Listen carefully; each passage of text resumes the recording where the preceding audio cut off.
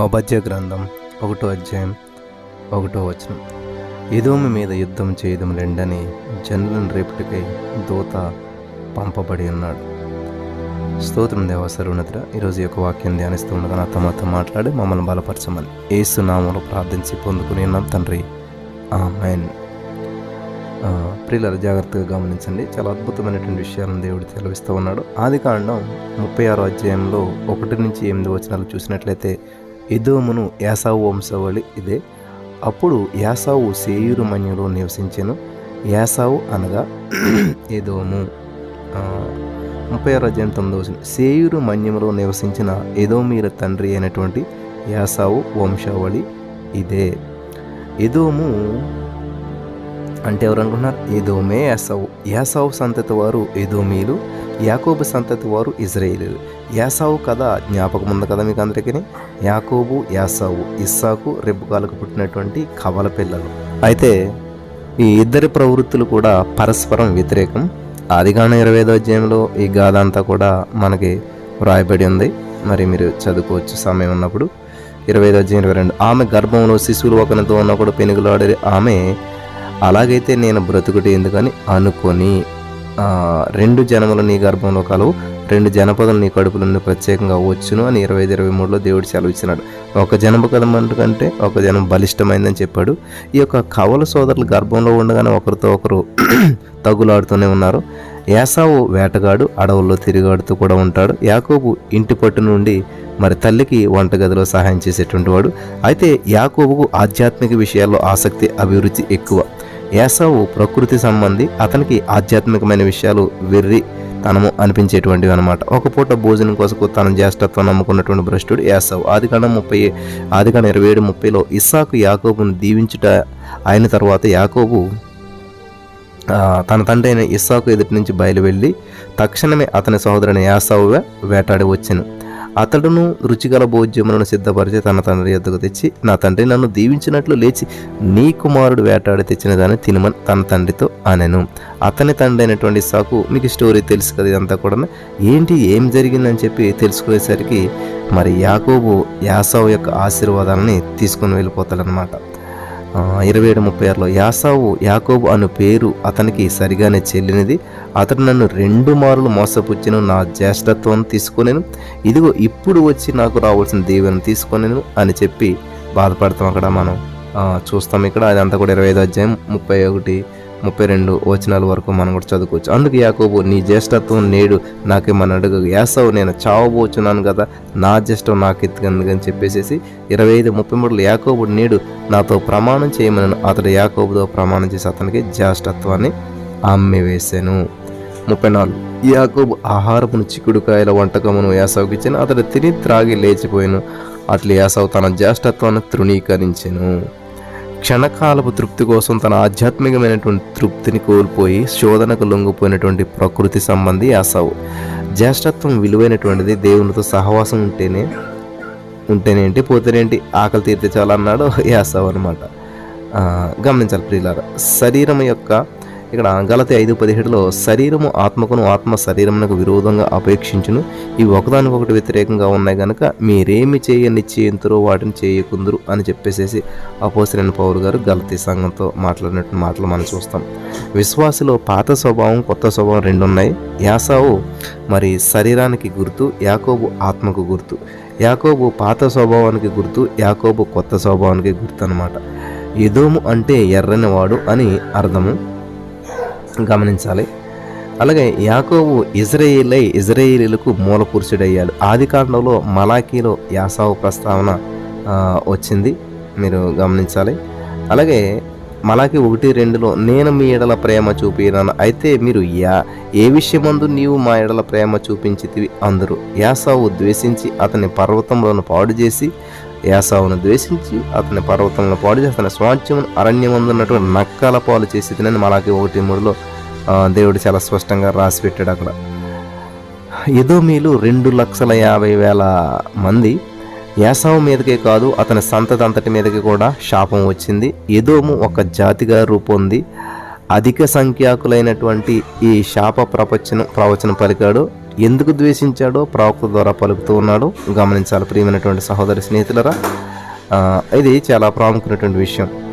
ఇక్కడ యాసావును ద్వేషించి అతని పర్వతములను పాడు చేసి అతని స్వాస్థ్యమును అరణ్యమందునటువంటి నక్కల పాలు చేసి తిని అని చెప్పాడు దేవుడు. తరతరాలు కూడా దేవుడు ఇజ్రాయేలును ఆశీర్వదిస్తూ ఉన్నాడు. ఇజ్రాయేల్ జాతి నుంచి మోసే, యెహోషువ, సమూయేలు, దావీదు, హిజ్కియా, నెహెమ్యా, ఎజ్రా మొదలైనటువంటి గొప్ప నాయకులు వచ్చారు. కానీ ఎదోమీలందరూ కూడా నిర్దేవులు, అంటే దేవుడు లేనటువంటి వాడు. దేవుడు ఎందుకు యాసావును ద్వేషించాడు? ఎదోమీలు చేసిన పాపం ఏమిటి? దేవుని తీవ్ర శిక్ష వారి మీదకి ఎందుకు వచ్చింది? వారి గర్వమే వారి పతనానికి కారణం అనమాట. కపెర్నహూమా, ఆకాశం మట్టుకు హెచ్చింపబడదువా, నీవు పాతాళం వరకు దిగిపోయేదు అని మత్తయి 11:23 దేవుడు అక్కడ సెలవిస్తూ వచ్చున్నాడు. దేవునికి స్తోత్రం కలుగును గాక. వింటున్నారా ప్రియులారా? ఈ విధంగా దేవుడు మాట్లాడుతూ వచ్చున్నాడు. కొన్ని ప్రాముఖ్యమైన విషయాల్ని దేవుడు మనతో మాట్లాడుతూ వస్తూ ఉన్నాడు. ఇక్కడ మనం గమనించినట్లయితే మరి ఓబద్య గ్రంథం 1:5 చోరులే గాని రాత్రి కన్నము వేయువారే కానీ నీ మీదకు వచ్చినట్ల తమకు కావలసినంత మట్టుకు దోసుకుందరు కదా. ద్రాక్ష పండ్లను ఏరువారు నీ వద్దకు వచ్చిన ఎడల పరిగి ఏరుకున్న వారు కొంత ఉండనిమ్మని చెప్పి దేవుడు సెలవిస్తూ ఉన్నాడు. యాసావు సంతతి వారు సొమ్ము సోదా చూడబడును, వారు దాచిపెట్టిన తనమంతయు పట్టబడును అని చెప్పి ఇక్కడ దేవుడు సెలవిస్తున్నాడు. 7 నీతో సంధి చేసినటువంటి వారు నిన్ను తమ సరిహద్దులకు పంపివేయుదురు, నీతో సమాధానంగా ఉన్నవారు నిన్ను మోసపుచ్చి నీకు బలాత్కారం చేయుదురు. ఆదినమైన యాసావు పర్వతములలో వివేచన లేకపోయినట్లు ఎదోములో నుండి జ్ఞానులను నాశనం చేసిన ఇదే యెహోవా వాక్కు. తేమాను నీ బలాఢ్యులు విస్మయం పొందుదురు. అందువలన యాసావు యొక్క పర్వతము నివాసులందరూ హతులై నిర్మూలమగుదురు అని చెప్పి ఇక్కడ దేవుడు సెలవిస్తున్నాడు. ఓబద్య 1:2 నేను అన్యజనుల్లో నేను అల్పునిగా చేసి నీవు బహుగా తృణీకరించబడదు అని చెప్పి దేవుడు చెప్తున్నాడు. హృదయ గర్వం చేత నీవు మోసపోయావు, ఆత్మవంచన చేసుకున్నావు, నన్ను ఎవడు ఏమి చేయలేడని చెప్పి బేరాలు పలికావు. మరి దేవుడు ఎదోమును దాని గర్వాన్ని బట్టే అసహించుకున్నాడు. గర్వం దేవుని దృష్టిలో నీచమైనటువంటి దుర్గుణం. గమనించాలి ప్రియులారా. తాగుబోతుతనం కంటే గర్వం మరీ పాడుదనమాట. పాపాల్లోకి ఎలా గొప్ప పాపం గర్వం అనేటువంటిది కోరుకుడు పుండు లాంటిది అనమాట. ఇక్కడ మీరు గమనించాలి. సామెతలో 6:16-17 చూసినట్లయితే యెహోవాకు అసహ్యులైన 7 కలవు, ఆయనకు అవేవనగా అహంకార దృష్టి, కలలాడు నాలుగు, నిరపరాధులను చంపు చేతులను, దుర్యాలోచనలు యోచించి హృదయమును, కీడు చేయుటకు త్వరపడి పరిగెత్తే పాదంలో లేని వాటిని పలుకు అబద్ధ సాక్షి, అన్నదమ్ముల జగడం పుట్టించువాడును అని ఇక్కడ చాలా స్పష్టంగా ఉన్నది. యాకోబు 4:6 చూసినట్లయితే దేవుడు అహంకారాన్ని ఎదిరించి దీనులకు కృప అనుగ్రహించును. సామెతలు 8:13 చూసినట్లయితే యెహోవా యందు భయభక్తులు ఎన్నిటి చేయుతనమును అసహించుకున్నట్టే. గర్వము, అహంకారము, దుర్మార్గత, కుటిలతమైనటువంటి మాటలు నాకు అసహ్యము అంటున్నాడు. 1 యోహాను 2:16 చూసినట్లయితే శరీరాశయు, నేత్రాశయు, జీవజంబం ఇవన్నీ కూడా తండ్రి నుంచి పుట్టినటువంటివి కాదు అంటున్నాడు. కొందరికి తమ యొక్క వినయాన్ని చూసుకొని గర్వం మరీ విడ్డూరం అనమాట. రక్షించబడినటువంటి బిడ్డలు దేవునికి మహిమ కలిగేలా జీవిస్తారు. వారిలో గర్వానికి తావు ఉండదు. యేసుక్రీస్తును కలిగినటువంటి వారి ఈ యొక్క మనసు మీరును కలిగిండి అని చెప్పి దేవుని వాక్యం సెలవిస్తూ ఉన్నది. దేవునికి స్తోత్రం కలుగును గాక. హల్లెలూయా. నేను సాత్వికుడను, దీన మనసు గలవాడను గనుక మీ మీద నా కాడి ఎత్తుకొని నా యొద్ద నేర్చుకొనుడి అని చెప్పి దేవుని వాక్యం సెలవిస్తుంది. గర్వం లూసిఫర్ పాపం అన్నమాట. యోహాను సువార్త 14:13 నేను ఆకాశవానికి ఎక్కిపోయేదనని దేవుని నక్షత్రం పైగా నా సింహాసనం హెచ్చించును, ఉత్తర దిక్కునున్నట్టు సభాపర్వతం మీద కూర్చుందును. యెషయా గ్రంథం 14:14 మేఘమండలం మీదకి ఎక్కుదును, మహోన్నతునితో నన్ను సమానంగా చేసుకుందును అని నీవు మనసులో అనుకుంటేవి కదా. దానియేలు 4:30 రాజు బబులోనును ఆ మహా విశాల పట్టణము నా బలాధికారమును నా ప్రభావమును కనపరచుటకై నా రాజధాని నగరముగా నేను కట్టించినది కదా అని తనలో తాను అనుకొనెను. దానియేలు 4:37 రాజు నోట ఈ మాట ఉండగా ఆకాశం నుండి ఒక శబ్దం వచ్చింది. ఏదనగా రాజుకు నెబుకద్నెజరు ఇదే నీకు ప్రకటన, నీ రాజ్యం నీ యొద్ద నుంచి తొలగిపోయాను, తమ యొద్ద నుండి మనుషులు నిన్ను తరిమెదరు, నీవు అడవి జంతువుల మధ్య గడ్డి మీద. ఇట్లా చూసారా, నెబుకద్నెజరు మానసికమైనటువంటి వికలాంగులు అయిపోయాడు. గర్వంతో తనను తాను మనిషి హెచ్చించుకున్నప్పుడు అతడు నైతికంగా ఆధ్యాత్మికంగా అణగారిపోతాడు. గర్వం దేవుని ధిక్కరించేందుకు తావు చూపుతాను. ఏసావు తన జ్యేష్ఠత్వానికి ఉన్నటువంటి విలువలను మరి కాల రాశాడు. అందుకే ఎదోము జాతి అంతా కూడా అలా పతనమైపోయింది. అది తన తండ్రి అయినటువంటి ఇస్సాకు ఇల్లు, తినడానికి ఆహారం సమృద్ధిగా ఉంది, అయినా కూడా పట్టెడన్నం కోసం అమ్ముడుపోయాడు. అతనికి ఆధ్యాత్మికమైనటువంటి విలువలు, చిక్కుడుకాయ కూర అంతా కూడా చేయవలసినవని అనిపించింది అనమాట. గమనించాలి. యాసావు తిరస్కరించిన దేవుణ్ణి, ఎదోము జాతి నాకు దేవునితో నిమిత్తం లేదు అనేంత వరకు వచ్చిందనమాట.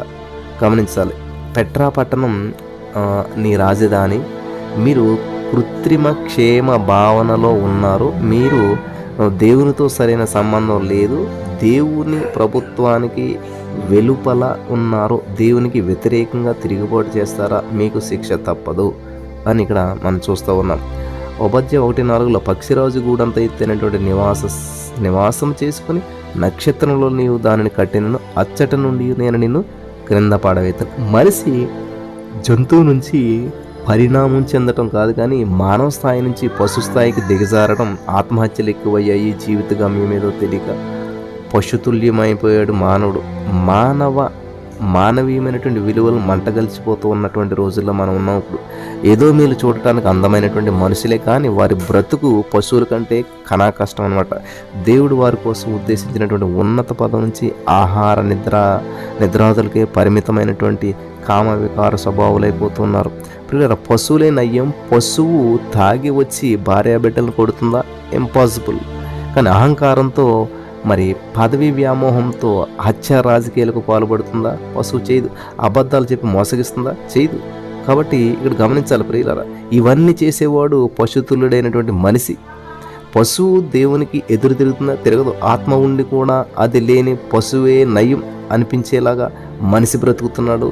మరి ఇదే ఎదోము పై దేవుని తీర్పుకు కారణం అన్నమాట. గమనించాలి. మానవుడు ఎంత మేధావైనా కావచ్చు, కానీ పడిపోవటం మొదలైతే వాడు పశువు కంటే నీచమైనటువంటి స్థితిలోకి వెళ్ళిపోతాడు. ఉపాధ్యాయ 1:5 చూరులే కానీ రాత్రికి అన్నం వేయవారే కానీ నీ మీదకు వచ్చిన ఎడల తమకు కావాల్సింది అంత మట్టుకు దోసుకుందరు కదా.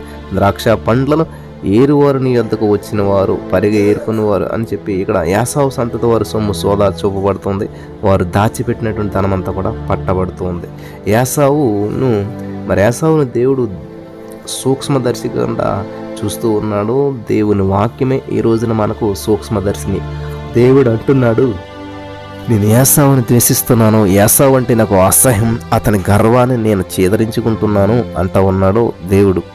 ఇజ్రాయేలులను శిక్షించడానికి నెబుకద్నెజరు యెరూషలేమును ముట్టడించినట్లు ఆ నెబుకద్నెజరు ఎదోమీయుల మీదకి దండెత్తి వచ్చాడు ప్రియులారా. ఇక్కడ వారు ఉపాధ్యాయ 1:7 నీ ఉన్నతిని నీ కొరకు మరి ఉరియొడ్డును, ఎదోమునకు వివేచన లేకపోయాను అంటున్నాడు. ఇజ్రాయేలును శిక్షించడానికి నెబుకద్నెజరు యెరూషలేము ముట్టడించినట్లు ఆ నెబుకద్నెజరు ఎదోము మీదకి దండెత్తి వచ్చాడు. ఆ దినమందు యాసావు పర్వతంలో వివేచన లేకపోయినట్లు ఎదోముల నుండి జ్ఞానులను నాశనం చేతును, ఇదే యెహోవా వాక్కు అని చెప్పి దేవుడు సెలవిస్తూ ఉన్నాడు. గుడ్డివాడు చీకటిలో నల్ల పిల్లిని వెతికినట్లుగా పెట్రా పట్టణం అన్య సాంప్రదాయాలకు పుట్టినిల్లు. ఎన్నెన్నో ధ్వజస్తంభాలు, నరబలులు అర్పిస్తారు. ఎదోములో వేదాంత జ్ఞానం ఉంది. యోబు స్నేహితులైనటువంటి ఎలీఫజు మరి తేమానీయుడు అనమాట. గమనించాలి. ఇర్మియా 49:7 సైన్యములకు అధిపతి యెహోవా ఎదోమును గురించి ఎలాగో సెలవిస్తున్నాడు. తేమానులో జ్ఞానమికనేమీ లేదా, వివేకులకు ఇహలోక ఆలోచన లేకపోయినా వారి జ్ఞానం వ్యర్థమైన. తేమాను నీ బలాఢ్యులు విస్మయం ఉందన అని చెప్పి ఇక్కడ చూస్తూ ఉన్నాం. తేమాను అనేటువంటి వ్యక్తి యాసావుకు మనవడు. అతని పేరే ఆ పట్టణానికి పెట్టబడింది. తేమానీలు గొప్ప ధైర్యశాలుడు. ఉపాధ్యాయ ప్రవచనాలు ఎదోము నాశనాన్ని గురించి, మరి ఇజ్రాయేలును బాధించినందుకు ఎదోముకు దేవుడు విధించినటువంటి శిక్ష అనమాట. దేవుని ప్రజలైనటువంటి ఇజ్రాయేలీలని మరి ఎదోమీయులు ద్వేషించారు, అవమానించారు. కనుక ఎదోము జాతిని దేవుడు నిర్మూలన చేయబోతున్నాడని చెప్పి ఇజ్రాయేలులకు ఈ రాజ్యం అప్పగించబడుతుందని చెప్పి ఉపాధ్యాయ ప్రవచించాడు. ఆదికాండం 12:1 యెహోవా నీవు లేచి నీ దేశం నీ బంధువుల యొద్ద నుండి నీ తండ్రి ఇంటి నుండి బయలుదేరి నేను నీకు చూపించే దేశానికి వెళ్ళుము అంటూ ఉన్నాడు. అక్కడ నేను గొప్ప జనముగా చేసి నిన్ను ఆశ్రయించి నీ నామను గొప్ప చేదురు అంటూ ఉన్నాడు. నిన్ను ఆశ్రయించి వారిని ఆశ్రయించాను, నేను దూషించి వారిని శపిస్తాను. భూమి యొక్క సమస్త వంశం నీ యందు ఆశ్రయించబడిన ఆదికాండం 12:3 చెప్తున్నాడు. ఏదో మేరకు శాపం ఎందుకు వచ్చిందో గుర్తించారా? ఇజ్రాయేలుకు ఎవరు విరోధులో వారు దేవుడికి విరోధులు అవుతారనేది అబ్రహాము నిబంధన. ముళ్ళుకోలలకు ఎదురు తన్నేటువంటి ఎద్దుకు గాయమైనటువంటి తీరు కనపడుతుంది, గాయమే తీరుతుంది. ఎదోము సంగతి కూడా అదే జరిగిందనమాట. ఎదోము యూదా రాజ్యానికి చేసినటువంటి ద్రోహం ఇంత కాదంటున్నాడు ఓబద్య. ప్రభు దినాన యూదా ప్రజలకు రక్ష, ఎదోమీలకు శిక్ష. ఆమోసు, ఇర్మియా ప్రవచనాలు ఓబద్య ప్రవచనాలకు సమానాంతరంగా ఉన్నాయన్నమాట. ఎదోము రాజ్యంలో ఖనిజాలు సమృద్ధిగా దొరుకుతాయి. యాసావు యాకోబు సోదరుడే. ఎదోము రాజ్యంలో జ్ఞానులుండేవారు. ఎదోము స్నేహితులు కూడా సమయం వచ్చేసరికి నమ్మక ద్రోహులైపోయి యథార్థత చూపకుండా వారిని మోసగిస్తారు. ఇక్కడ ఈ విధంగా దేవుడు ఎదోము వారిని నాశనానికి అప్పగిస్తాడు. ఎదోములో ఉన్నటువంటి జ్ఞానుల వివేకం అంతా కూడా ఇహలోక సంబంధమైంది. వారి జ్ఞానం వారిని కానీ వారి దేశాన్ని కానీ కాపాడజాలదనమాట. రక్త సంబంధాల మధ్య ఈ విరోధం ఎంత తీవ్ర రూపం దాల్చిందో చూసారా? ఒకసారి యేసు వద్దకు ఒక వ్యక్తి వచ్చి మా అన్నదమ్ముల మధ్య ఉన్నటువంటి ఆస్తి గొడవలు తీర్చమనంటే అందుకు ప్రభు ఒప్పుకోలేదన్నమాట. ప్రియులు గమనించాలి, ఓబద్య గ్రంథంలో దేవుని నీతి న్యాయాలు ప్రత్యక్షమవుతూ ఉన్నాయి. ఎదోములాగానే లోకంలో ఉన్నటువంటి ప్రతి జాతికి కూడా ప్రతి దేశానికి కూడా తీర్పు దినం ఒకటి ఉంటుందని చెప్పి మనం మర్చిపోలేము. యేసు ప్రభు వచ్చేస్తూ ఉన్నాడు, మనమంతా కూడా సిద్ధపడాలని చెప్పి ఇక్కడ దేవుని వాక్యం మనకి సెలవిస్తూ ఉంది. దేవునికి స్తోత్రం కలుగును గాక. కాబట్టి మనం సిద్ధపడినప్పుడు మాత్రమే దేవుని యొక్క సన్నిధిలో మనం చేరుకోగలుగుతాం. కాబట్టి సిద్ధపడి ఉన్నారు మీరంతా కూడా. ఇక్కడ 1వ అధ్యాయం ఓబద్య గ్రంథం 1వ అధ్యాయం 10వ వచనంలో మనం చూసినట్లయితే, నీ సహోదరులని యాకోబు సంతతికి నీవు చేసిన బలాత్కారం బట్టి నీవు అవమానం పొందుదువు, ఇక నిన్నటికి లేకుండా నీవు నిర్మూలమవుతువు. నీవు పగవాడివై నిలిచి దినమంతయు పరదేశులను వారి ఆస్తిని పట్టుకొని పోయిన దినమందు అన్యులు వారి గుమ్మముల్లోనికి చొరబడి యెరూషలేము మీద చీట్లు వేసిన దినమందు నీవును వారితో కలుసుకుంటేవి కదా అంటూ ఉన్నాడు. ఇక్కడ ప్రియులు గమనించాలి. ఇక్కడ మనం గమనించినట్లయితే ఓబద్య గ్రంథంలో మరి చాలా అద్భుతమైనటువంటి విషయాల్ని దేవుడు మనకి తెలియజేస్తూ వస్తున్నాడు. ఇజ్రాయేల్ ప్రజలు యాసావుకు సోదరులే కదా, మరి వారి శత్రువులతో కలిసి వారిని ఇలా వేధించడం నీకు భావ్యమేనా? నీ సోదరుడైనటువంటి యాకోబు మీద కక్ష సాధిస్తావా? ఎదోమీయులు ద్వితీయోపదేశకాండం 23:7 ఎదోమీయులు నీ సహోదరులు గనుక వారిని ద్వేషింపకూడదు. ఐగుప్తు దేశంలో నీవు పరదేశివై ఉంటివి గనుక ఐగుప్తులను ద్వేషింపకూడదు. అలాగే యాసావు కూడా ఇజ్రాయేలీలను ద్వేషించకూడదు. వారు పరాయివారు కాదు, నీ సహోదరులు కదా. నీకు అవమానం కదా, నీకు సిగ్గు, నీవు అంతరించిపోతావు, నిర్మూలమవుతావు. నీ ముఖ్య పట్టణం పెట్రా శత్రువుల వశమైపోతుంది. ఇక్కడ ఓబద్య 1:12 నీ సహోదరుని శ్రమానుభవ దినమును చూసి నీవు ఆనందమొంద తగదు అంటూ ఉన్నాడు. ఇక్కడ వీళ్ళు గమనించాలి, ఇది చాలా ప్రాముఖ్యమైనటువంటి విషయం అనమాట. ఇక్కడ యెరూషలేము అడ్డుతోవలో నిలిచి పోకుండా నీ సోదరులను పట్టుకొని హంతం చేస్తావా? యెరూషలేమును దోసుకొనడానికి వచ్చినటువంటి శత్రువులతో చేయి కలుపుతావా? శత్రువుగైనా కనికరం ఉంది, కానీ నీకు నీ సోదరుని పట్ల జాలి లేదే. ఎదోమీయులు క్రూరులు, తమ సోదరుల కంటే ఆప్యాయతలైనటువంటి వారు. మరి అంతఃకరణ లేదు. యాకోబు సంతతికి యాసావు సంతతికి ఆ గర్భశత్రుత్వం ఇద్దరికి మంచిది కాదని చెప్పి ప్రవక్త ఇక్కడ చెప్తున్నాడు. 10వ వచనంలో నీ సహోదరులు యాకోబు సంతతికి నీవు చేసిన బలాత్కారం బట్టి నీవు అవమానం నొందదు, ఇక ఎన్నటికీ లేకుండా నీవు నిర్మూలమగుదువు అంటున్నాడు. గమనించాలి, ఈ రోజు వరకు కూడా ఇజ్రాయేల్ జాతిని మరి ఇజ్రాయేల్ జాతి నిలిచింది, కానీ ఎదోము ఏది ఎక్కడుంది? అసలే దేవుడు లేకుండా బ్రతుకుతామనుకున్నది, కానీ దౌర్జన్యంతో మరీ బరి తెగించిపోయింది. తన సోదరులతో కయ్యానికి కాలు దువ్వింది. దౌర్జన్యం దేవుని పద్ధతి కాదు ప్రియులారా. ఇక్కడ యుద్ధం ద్వారా శాంతిని నెలకొల్పేటువంటి ప్రయత్నాలు పనిచేయవు. దౌర్జన్యం, బలాత్కారం సమస్యలకు పరిష్కారం కాదు. ఎదోము ఇజ్రాయేలీల శత్రువులలో చేయి కలిపింది. ఇక్కడ ఇజ్రాయేలుపై పగపట్టింది అనమాట. దేవునికి స్తోత్రం కలుగును గాక. ఇక్కడ పరాయి రాజులు వచ్చి ఇజ్రాయేలును కొల్లగొడుతుంటే ఎదోము సంతోషించింది. ఇజ్రాయేలుకు మద్దతు ఇవ్వాల్సింది పోయి పశుపక్షాదుల పశువు ఆ శత్రువు పక్షం చేరి ఎంతైనా కూడా తన రక్త సంబంధులు రక్త బంధువులు కూడా కదా వాళ్ళు మానేసేసి అక్కడ శత్రువు పక్షాన్ని చేరింది అనమాట. ఇక్కడ ఇది భయంకరమైనటువంటి విషయం. ఎదోమీయులు ఇంకా ఏం చేశారంటే వారికి దయ, కనికరము మరి ఏ కోసన లేదు, తాము కూడా దోపిడీకి పూనుకున్నారు. శత్రువు మరి ఇజ్రాయేలును చెరగొని పోకూడదని చెప్పి మరి మిగిలినటువంటి వస్తువాహనాలు తాములో తాము పంచుకున్నారు. ఇక్కడ దురాశ గర్భం ధరించి పాపం కను, పాపం పారవేక మరణం కను. యాకోబు 1:15 ఉంది కదా.